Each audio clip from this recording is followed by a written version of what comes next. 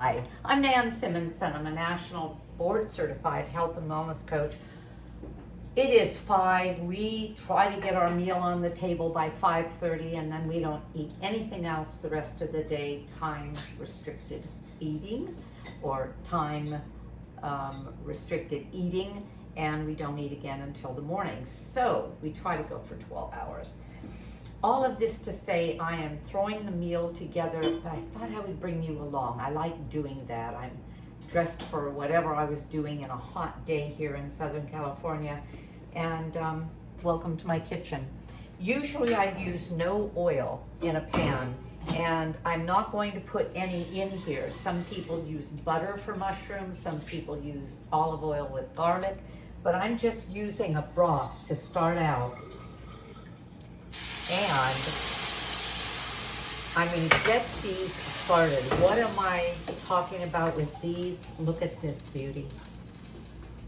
This is, I've cut it in half so it's shrunk back away from itself. But this was one orb of lion's mane mushroom. Cut it in half. And this is what it looks like inside. And the way I cook it, you know what? I am gonna spray this because I just lost my broth. Spray it with, that was about 1/4 teaspoon of avocado oil because it'll take the heat. And I'm not using a lot of heat, but I'm gonna use some. Okay, so I have the lion's mane mushroom, and I'm going to do something that might be new to you. I'm gonna press them because as I cook them on a relatively low heat, I'm gonna ultimately brown them. You'll see what I mean. But I want them to weep. They are 80% water, most mushrooms are, and this other cast iron skillet, this is a cast iron skillet, is going to weigh them down. I'm going to put the cover of another skillet on it. There. Actually, I'm going to have to get this in such a way that it stays. There, that'll do. Pressure on both of them. And in a bit, they're going to weep. When I cut this in half, I'm really greedy when it comes to eating. I love mushrooms, and my husband and I do too. This last Saturday, today is Monday, I rode my bike to the farmer's market, got the lion's mane mushroom. I also got pink oyster mushrooms and brown kind of speckled chestnut mushrooms. It was so much fun. I did a video on making those and even comparing them with cremini, and you know what? Cremini are far less expensive than these gourmet mushrooms, and they're also delicious. We can get a pound of cremini mushrooms.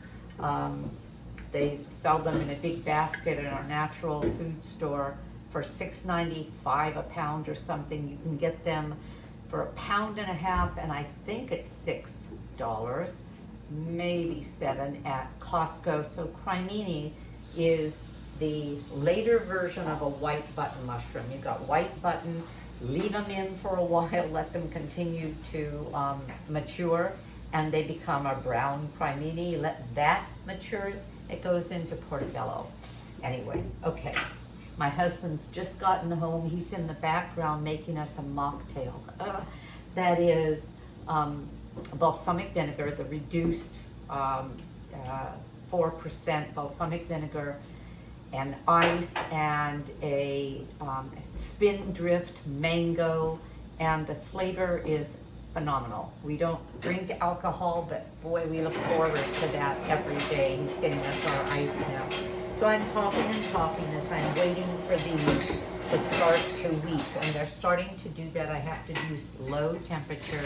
I'll get back to you as I continue to do this, because what I want is a pan full of moisture that then is going to burn away. In other words, caramelize. And I don't want it to brown before that. You know what? I am going to hold in some of the steam by doing something else. I'm going to put this one over this. One side was higher than the other, and so it's a little different than it is usually, but we're still going to be fine. I just want to keep the moisture in as much as I can, so I've got this. You can play around with this. I've actually done it with oyster mushrooms and made scallops out of them. I have been whole food plant-based, my husband and I both, for, well, over 8 years. And so we don't eat meat, we don't eat fish or chicken or any animal product. With the scallop, the large oyster mushrooms, and I've got these, a package of 2 of them. The other one is already cut up. From Trader Joe's. We have a local market that's very popular in a lot of places in the United States. And one package of this, and I believe it was 6 ounces, was $3.49. So you can get mushrooms, some gourmet style mushrooms, a lot less expensive than, again, the gourmet. But when I go to a farmer's market and we have a grower that grows mushrooms, and they have things that they pick that morning starting at 8 when the market opens, and I'm there right away because I love experimenting like this. So these, the reason I'm showing you these is because I have a recipe, can't remember who created it, of oyster. See the cross hatching on that, and this oyster mushrooms cut into chunks, and then the same method, and that is to put something heavy on them in the pan. It pushes out their juice and creates this very dense mushroom that when you eat it and you flip it over and you cook it some more, and when you eat it, it's very much like eating a scallop. And they're beautiful and they're wonderful. If you, well, I was going to say Google, or just go to YouTube and search for vegan scallops, oyster mushrooms, you'll get recipes like that. That's really fun. Well, I'm telling you all of this because when I cut this in half, one side was 7.6 ounces, the other only 4.3. And well, you know who's going to get the 4.3, me, and I thought, I'm not going to stop there. So I pulled out my oyster mushrooms. I'm going to throw some of this in there as well when the time is right. Thing is, I can't put these in with the lion's mane because the lion's mane is way too high. And there would be nothing that I could use to put pressure on those. So how are they looking? Let me take this off and show you what's happening so far. When I flip this around, well, it's starting to brown. I'm still not getting the amount of moisture I would like, and so what I'm going to do is I'm going to add a little bit of broth. I just don't want this to dry out. And when I have that amount of moisture, at some point I'm going to add, but not yet because I don't want it to burn, I'll be adding some chopped garlic, and I'll be adding, in this case, it's shallots. I use white mushrooms, I use onions, red onions, white onions. Usually I like the sweet onions. And garlic, if I put them in too soon and there's not enough moisture, they will just brown too much, and garlic will burn, and that's not what I want. So at a point, I'll even be putting in these pieces of the moisture, of the oyster mushroom, so that I have more for dinner. So I'm just chatting as I'm cooking. I'm gonna stop the video, wait till this gets a little further. I'll bring you back. I'm going to be making this meal with fusilli pasta. I am very sensitive to gluten, and so I've chosen a gluten-free rice and lentil pasta, And this has 8 grams of protein. So this is going to bump up the protein level of the meal. And I have the other half of this marvelous smoky cream sauce that I used for my last video when I experimented with the pink oyster mushrooms and the chestnut mushrooms and the cremini. And this is what's left from that creamy, smoky cream sauce. And I'm going to put the link to that video because it was really fun and interesting, and you saw how I made this sauce, and you can get the recipe for that on that video. But in the meantime, yeah, this is better. Okay. And I'll get back to you and show you how this is evolving, and you'll see why I take the time, actually, early on a Saturday to go to the mushroom lady at the farmer's market and hope that she has the lion's mane. So far, I've gotten it every week for, well, several weeks, and we really, really like it. So, be back to you.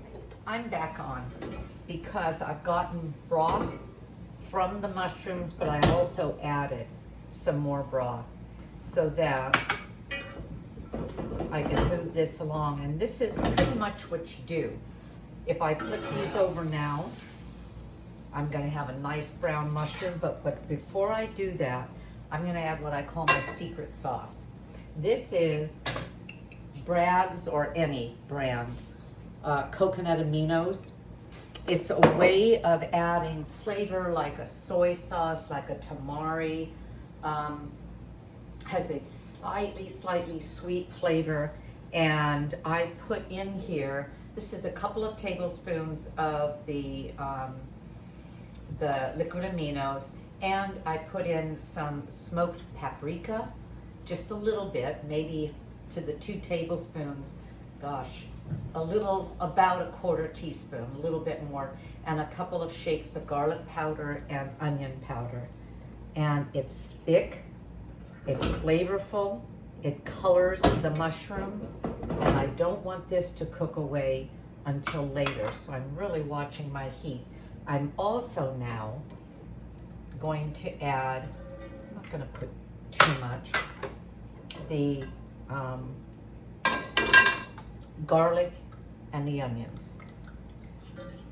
And they're just going to kind of simmer in this. And I'm going to put my oyster mushrooms. And remember, if I didn't have these guys, and actually, this might work. Let's just take a look. I'm even going to put the cap in. You can see I'm kind of playing. Am I going to write a recipe? No, just kind of watch me. When I turn this over, see, we're getting a beautiful brown here. How long do you cook them? I'm cooking them a total of about 15 minutes, maybe 20. Okay, flip that over. And what it does is it compresses them. I wonder if this is going to fit. Yeah, this is going to hit my mushroom, my oyster mushrooms on this end. See, my pitiful little side is really small compared to my husband's. Okay, putting it back on. Perfect, perfect. Putting it low, keeping the heat in with this. Oh, here's a piece of mushroom. There. Now I'm going to give it another 5 minutes. I'll bring you back, and I'll show you how I finish this off. I am starting my pasta water, and I'll simply heat this in the microwave. And let me think, what else? I think that's all I want to show you for now. Okay, be back. Hey, let's see what's going on here now. I have the pasta started. Let's see. Minutes. Are you videoing it again? Oops. Ooh. So, these are looking, look at, there. Come on. There. these are looking like steaks, but the onions are gonna brown a little, and I put those on top, and it makes it really, really pretty. I have the moisture I've been waiting for in the pan. I'm gonna turn it up, and we did press the little slices of oyster mushroom.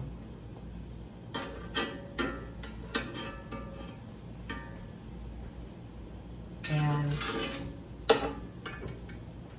things were coming on really nicely. All right, now I'm just going to turn up the heat and see.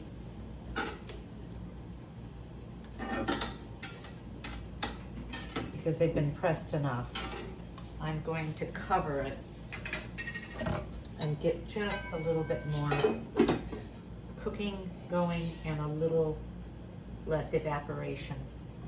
The first time I made these, I had a large lion's mane, cut it in half, did the same thing.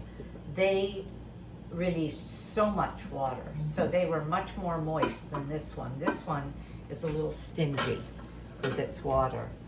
And I'll get back to you one more time, and then I'll show you the finished product. Right.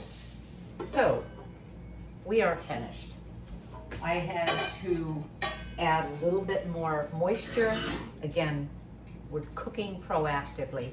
And I added a little bit more of the coconut amino, and I'm going to plate this and show you how beautiful it is.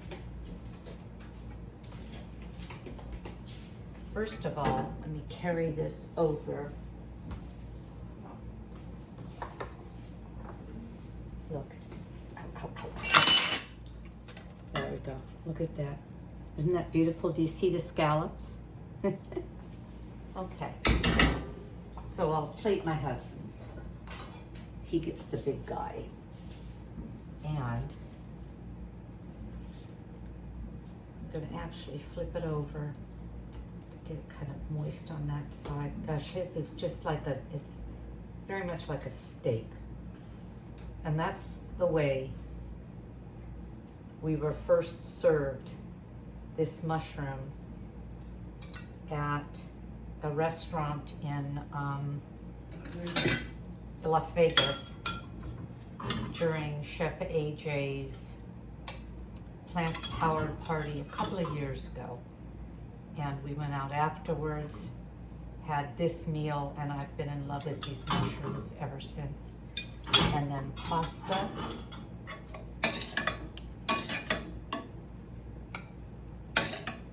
When people say, oh, I don't think I could go plant-based, I have to say to them, choose something you love that is not plant-based and make it plant-based.